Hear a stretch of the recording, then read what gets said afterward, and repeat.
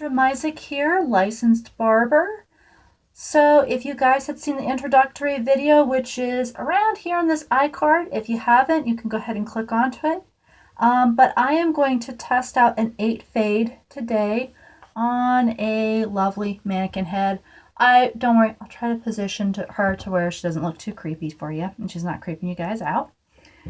But I am thinking not only seeing what happens when we test out this 8 guard right here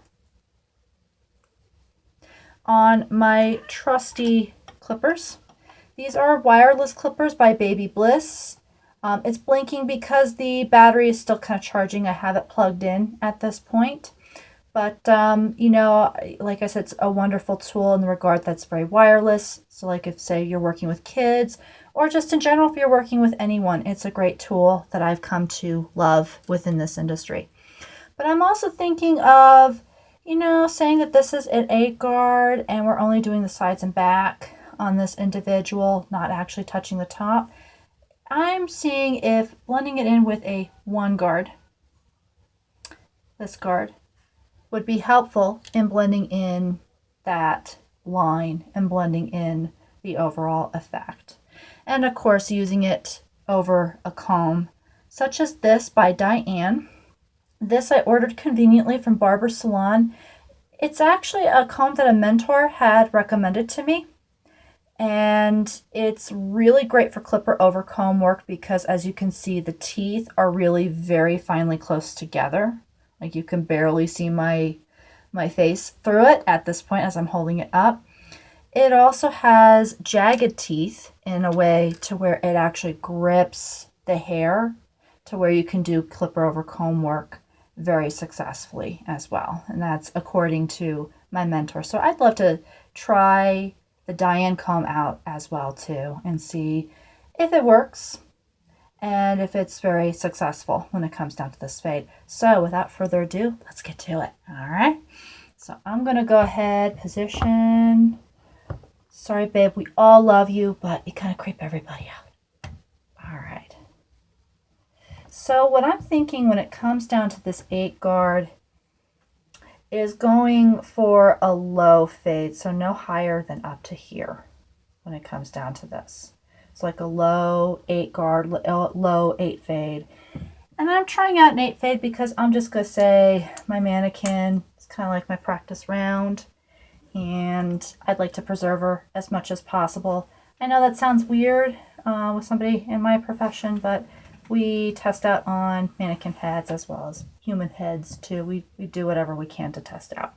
So without further ado, I'm going in. I have that 8 guard already attached. Let's go ahead and go on in.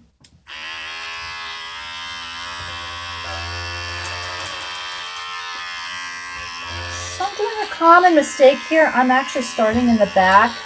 I mean, with this guard, I don't think it's too heavy of a mistake. I think it would be better, especially with low fades, to start off near the ear area. So like starting off at the side, but I'm just going to work with this.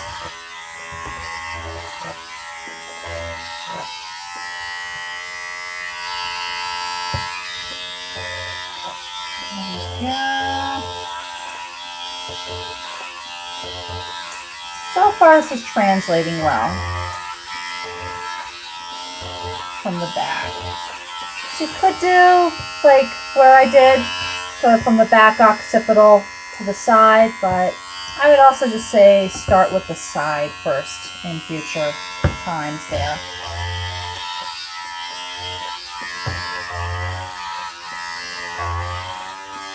And I especially find that that's important when you're going to lower guards as well.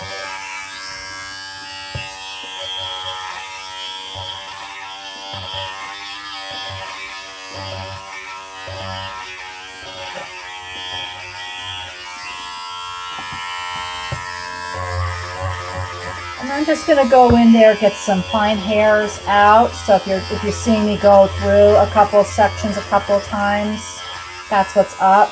I just want to make sure that everything below, the occipital below, is exactly that inch. So we don't have a situation where some hairs are a little bit longer than others. And I want to, you know, obviously with a real client is to make sure that the haircut grows nice and evenly.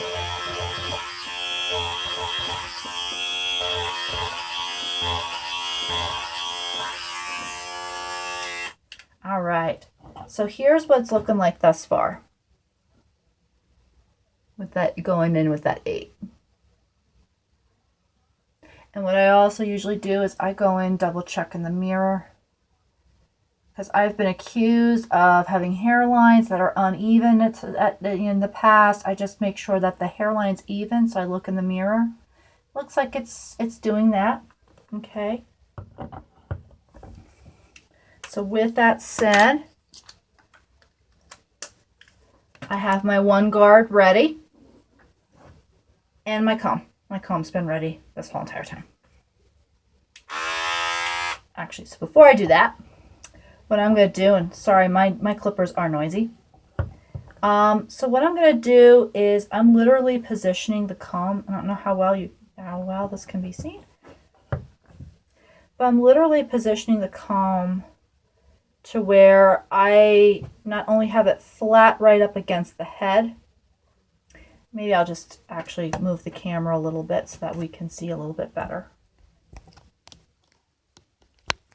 So,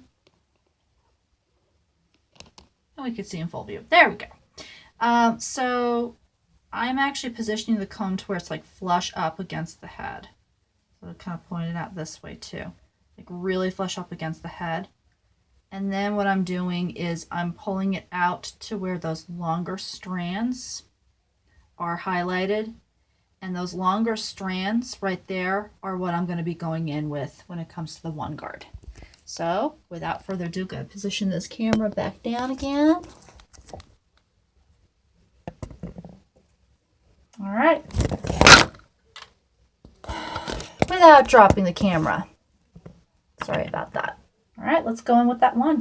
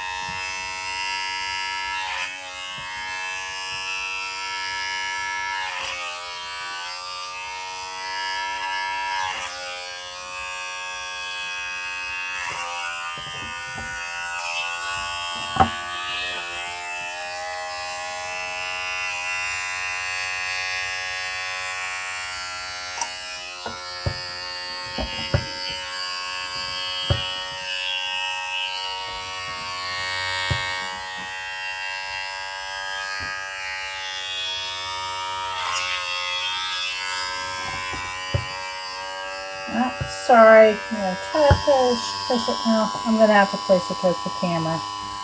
And I can do it this way. There we go. So she's not staring at you.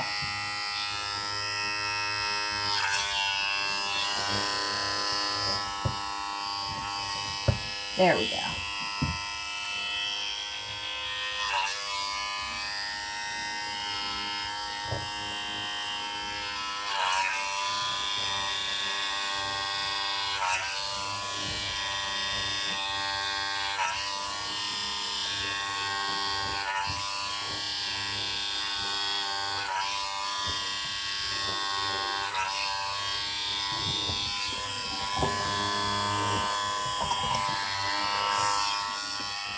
So as you see, I've gone in there and I'm just double checking with the mirror right now, because the mirror, as we always state in the industry, is our 3rd eye. So looking okay for now. I'm just going to show you what it looks like here. Let's get some better light.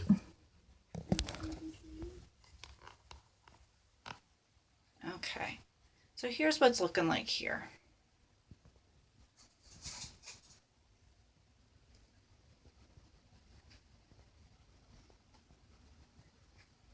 So hopefully you can kind of see the detail. Move in a little bit closer as well too, so that you can see some of the detail.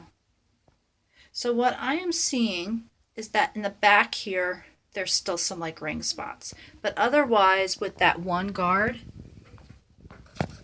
it's actually kind of done the trick a bit with the plastic guards. I know sometimes with the one guard, it's like a battle or never-ending battle when especially when it comes down to fine hair.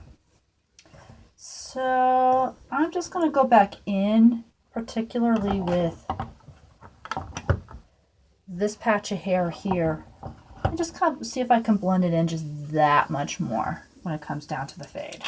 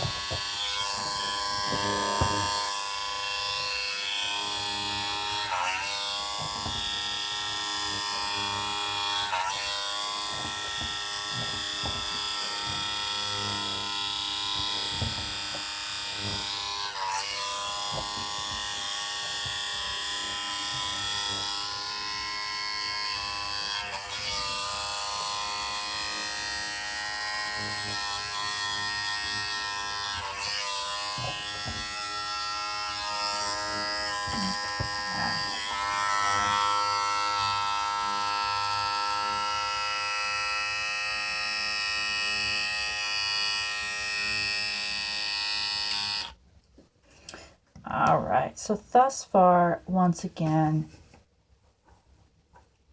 just gonna fluff it out in this mirror, see how it's looking.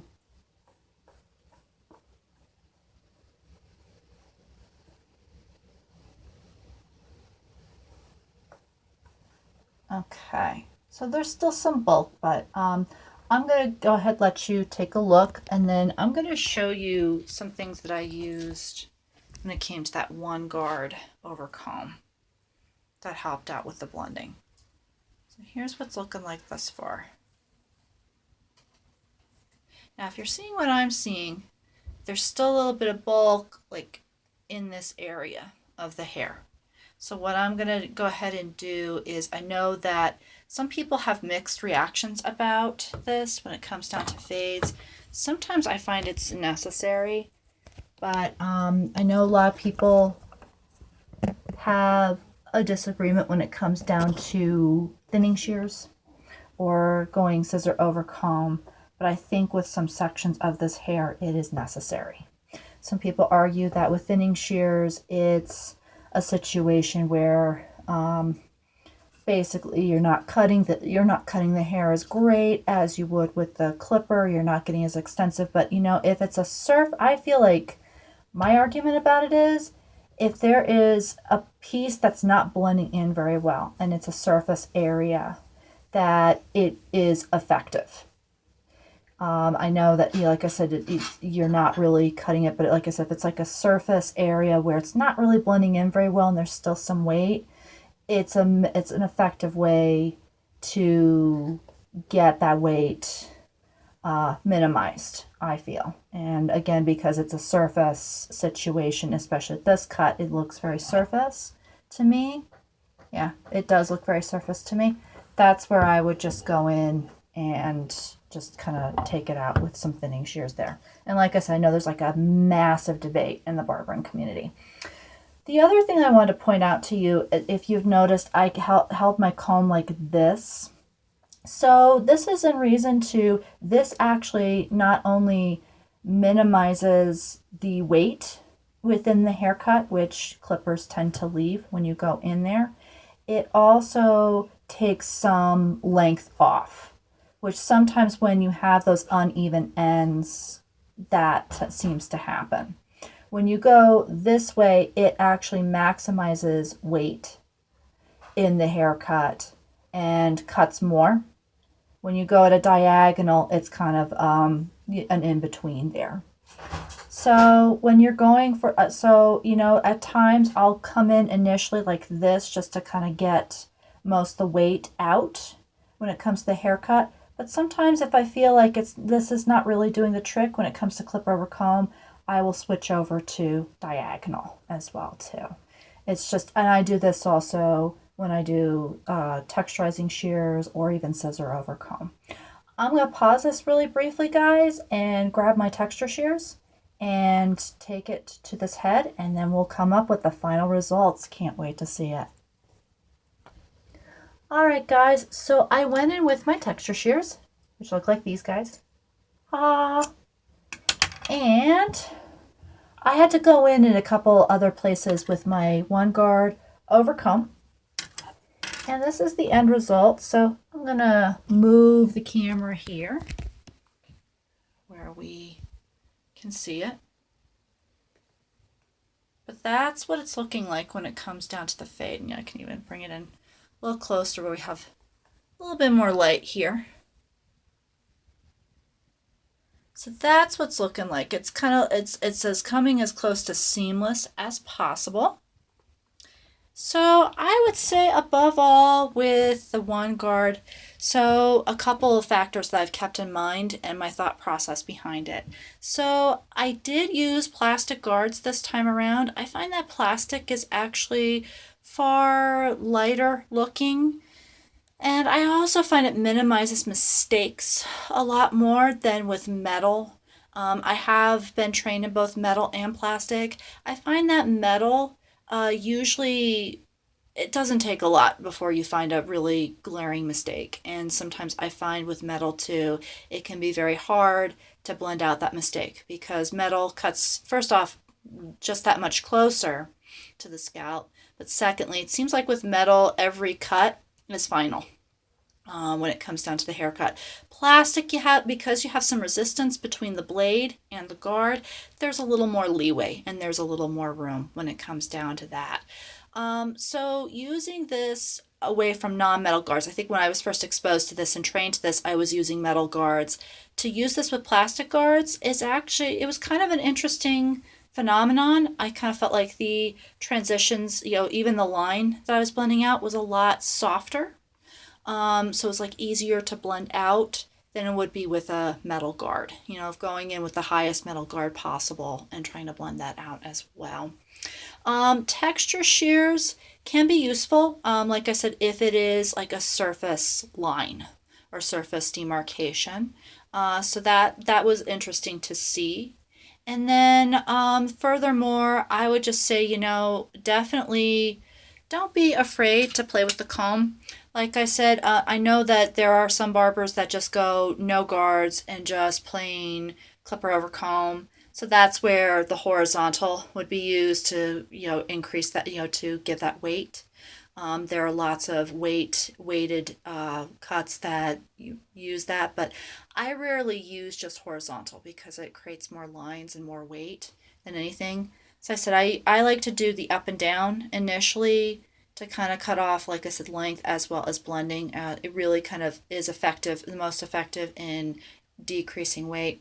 And then, like I said, if there's still issues, I'll even go diagonally, which kind of takes out weight and also a little bit of length as well too. So with that said, that is my practice with my 8 guard.